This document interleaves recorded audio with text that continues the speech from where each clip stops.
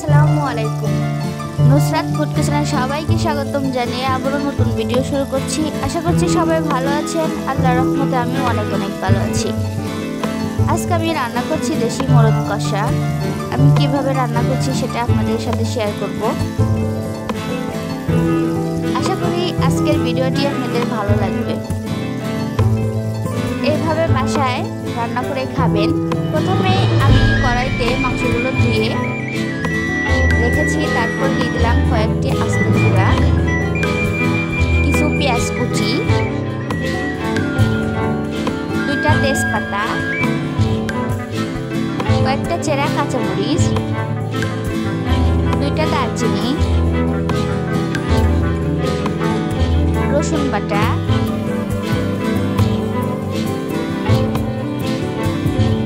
আদা বাটা,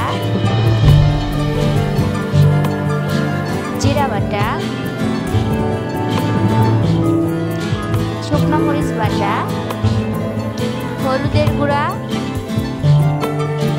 দিয়ে দিয়েছি ধনিয়া গুঁড়া এবং স্বাদ মতো লবণ।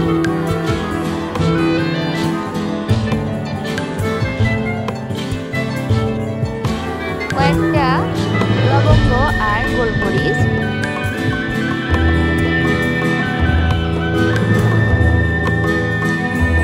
আর দিয়ে দিলাম পরিমাণ মতো তেল।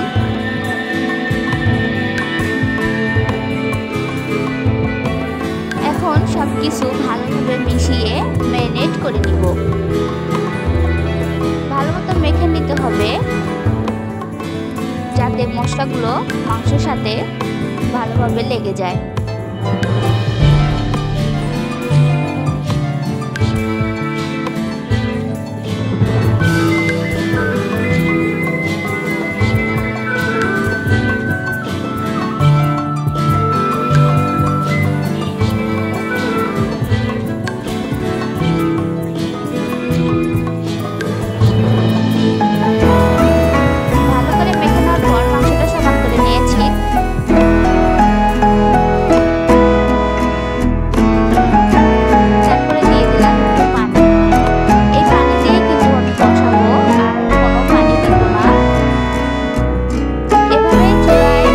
মাংসটা বসিয়ে দিলাম আর চুলার আঁচটাও ধরিয়ে দিয়েছি। দেখতেই পাচ্ছেন কিছুক্ষণ কিন্তু জালটা হওয়ার পর মাংসতে বলক উঠে এসেছে।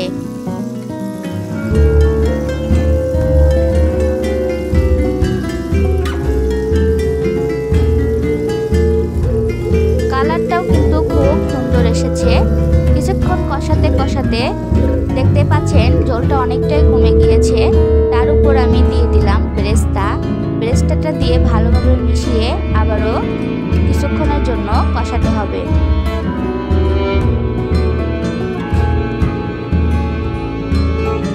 এইভাবে রান্না করলেও কিন্তু খুব মজা হয়। আদা রসুন এবং মশলা যে আমি সবকিছু কাঁচা দিয়েছি বোঝা যাবে না, আদা রসুনের কোনো গন্ধই থাকবে না। এভাবে একবার রান্না করে দেখতে পারেন। মশলা কিন্তু এখন কষাতে কষাতে সবকিছু ভাজা ভাজা হয়ে যাবে, মশলার আর কোনো কাঁচা গন্ধই থাকবে না। দেখতেই পাচ্ছেন তেলটা কিন্তু উঠে এসেছে মাংসের উপর, আর মাংসের সাথে মশলাটাও কষানো হয়ে গেছে।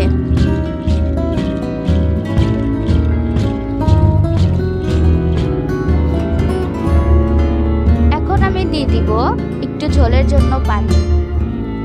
যেহেতু মাংসটা শক্ত হয়, দেশি মুরগিটা শক্ত হয়, সেজন্য পানির পরিমাণটা একটু বেশি দিতে হবে।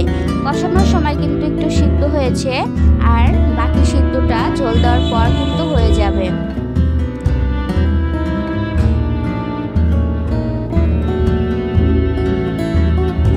কিছুক্ষণ জাল দেওয়ার পর ঝোলটা কিন্তু ফুটে গেছে। হাই হিটে কিন্তু জাল দিতে হবে।